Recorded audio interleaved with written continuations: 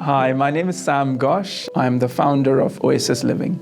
I have an engineering background in the past, and then in 2006, I joined some of the big banks. I've seen the big banks before and after the financial crisis, but what I saw was that the use of information and the use of tech, it's probably like 9 out of 10 in the finance world. I was in the finance world in 2014 odd, and then I moved over to the property world, and the first thing I saw was the usage of information, the usage of tech is probably 2 out of 10. So there's a huge disparity between what I saw in the past, in my first phase of my working life, versus what I see now. I love property, though I've been a landlord for a few years. I've been a tenant for a lot more years before that. And it is something I feel quite at home with, the brick and mortar world. And I wanted to see how I can use the knowledge or the wisdom I have about the usage of tech in the banking world, how I can bring that to this world, which I really like. Which is what I set out to do in 2016 when we started this in a very small way.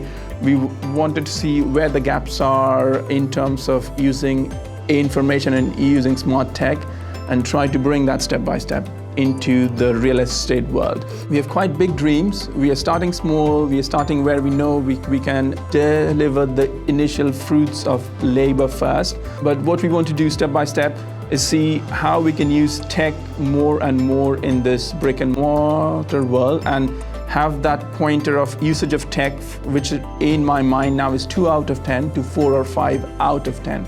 Right now, it takes probably 2 to 3 weeks to rent a flat and 3 to 4 months to buy a place. If you people buy a place. I've bought places which has taken me well over 6 months' time, which I don't think should be the case in the next 10 years. We at Oasis want to take a stab at using tech to solve these issues, where if you want to have a place and if you have the cash to put forward to a mortgage, it shouldn't take us 5 to 6 months to move into that.